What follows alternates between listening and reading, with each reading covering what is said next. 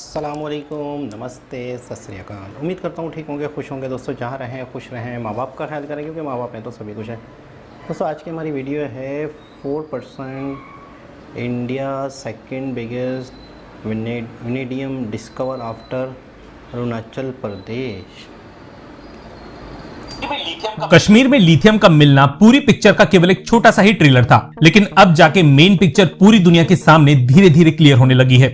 जिस पिक्चर की बात हम आपसे यहाँ पे कर रहे हैं उसके मेन किरदार अब सामने निकल के आ रहे हैं, और ये मेन किरदार हैं क्रिटिकल मिनरल्स, जिनके लिए भारत से जानबूझकर करोड़ों रुपए वसूले जाते थे।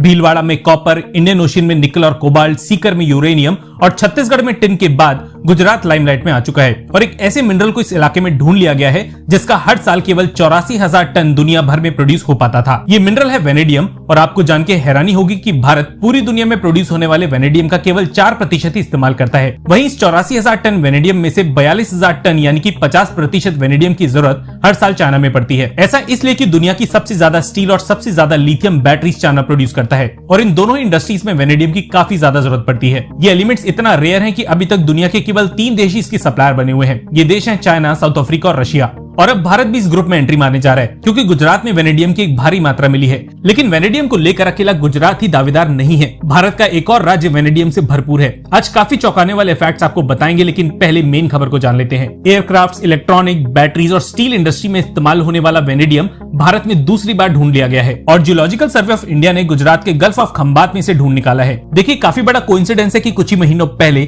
सरकार ने 30 क्रिटिकल मिनरल्स की एक लिस्ट जारी की थी, और इस लिस्ट में वेनेडियम भी मौजूद है। अब इस लिस्ट में जितने भी एलिमेंट्स मेंशन किए गए हैं उनकी खोज पूरे भारत में जोरों शोरों से शुरू हो चुकी है। कमाल की बात यह है कि इनमें से ज्यादातर मिनरल्स अभी तक भारत में ढूंढे ही नहीं गए थे, और मोस्टली इंपोर्ट के जरिए इनकी डिमांड पूरी की जा रही थी। वेनेडियम के मिलते ही अब भारत के स्वदेशी जेट इंजन को बनाने का भी रास्ता थोड़ा बहुत क्लियर हो चुका है, क्योंकि इंजन कंपोनेंट को बनाने में इस मेटल का काफी बड़ा रोल है। इंटरनेशनल मार्केट में 3,000 रुपए पर किलोग्राम के हिसाब से वेनेडियम खरीदी और बेची जाती है, और भारत को हर साल करीबन 7,000 टन वेनेडियम इंपोर्ट करना पड़ता है। हिसाब लगा लीजिए कि कितना पैसा इस एलिमेंट को इंपोर्ट करने में भारत को देना पड़ता होगा। पर क्योंकि भारत की जरूरत फिलहाल काफी कम है, इसलिए भारत में मिला वेनेडियम एटलीस्ट कुछ सालों तक भारत की पूरी डिमांड को पूरा कर सकता है, जब तक भारत में मैन्युफैक्चरिंग वेनेडियम के प्रोडक्शन से आगे नहीं निकल जाती। वैसे वेनेडियम का मिलना भारत में पहली बार नहीं है। 2021 में अरुणाचल प्रदेश में वेनेडियम की एक अच्छी खासी क्वांटिटी भारतीय रिसर्चर्स के हाथ लगी थी, और एक रिपोर्ट के मुताबिक 24.63 मिलियन टन वेनेडियम के रिजर्व्स अरुणाचल प्रदेश में पाए गए हैं। देखिए, चाइना यूं ही अरुणाचल प्रदेश के पीछे नहीं पड़ा है। वेनेडियम के अलावा यूरेनियम, ग्रेफाइट, क्वार्ट्ज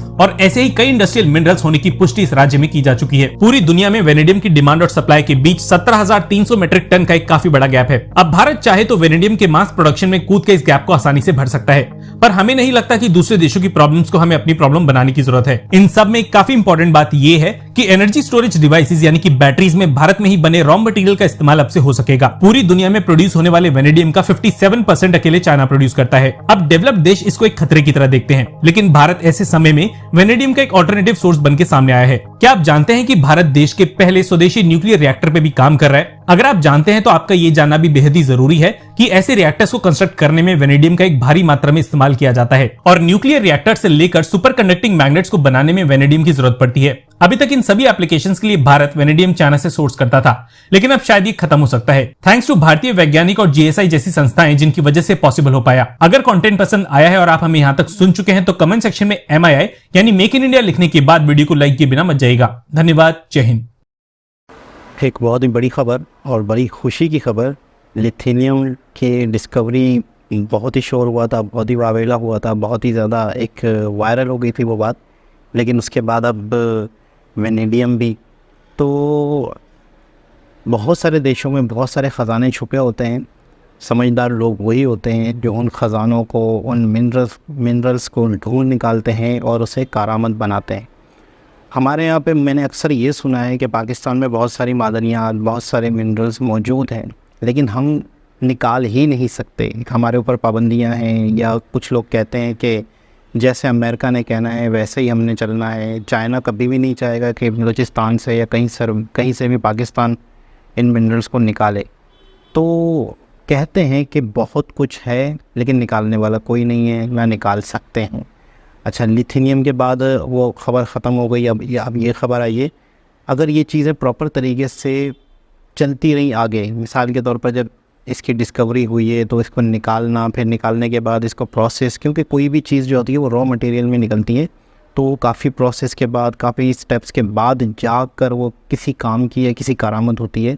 तो उसके लिए बहुत ज़्यादा एक तरह से मशीनरी की ज़रूरत होती है, बहुत ज़्यादा इन्वेस्टमेंट की ज़रूरत होती है, बहुत ज़्यादा लेबर की ज़रूरत होती है, बहुत ज़्यादा इंडस्ट्री की ज़रूरत होती है, ताकि वो रॉ मटेरियल निकलने के बाद वो मटेरियल इस्तेमाल के काबिल हो। मैंने ये भी सुना है कि हमारे यहाँ बहुत सारी ऐसी चीज़ें हैं, ऐसी मादनियात हैं या ऐसे मिनरल्स हैं जो बाकायदा चाइना की कंपनीज को ठेके दे दिए गए हैं।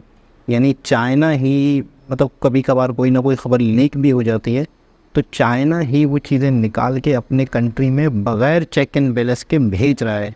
एक गोल्ड के ज़खायर थे, मैंने सुना है कि बग़ैर किसी चेक एंड बैलेंस के जो भी हमारे यहाँ मिनरल्स निकल रहे थे, चाइना ने पूरा ठेका लिया हुआ था और बग़ैर चेक एंड बैलेंस के वो चाइना जा रहे थे।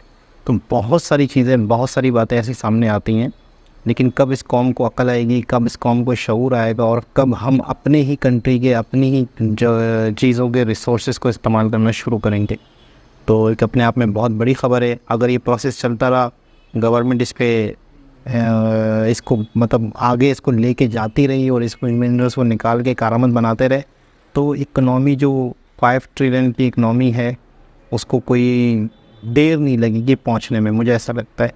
तो मुझे ऐसा लगता है कि शायद बहुत तेज़ी से 10 ट्रिलियन तक भी चले जाएंगे, बहुत तेज़ी से। दोबारा किसी और आपसे मुलाकात होगी, तब तक के लिए लाभ।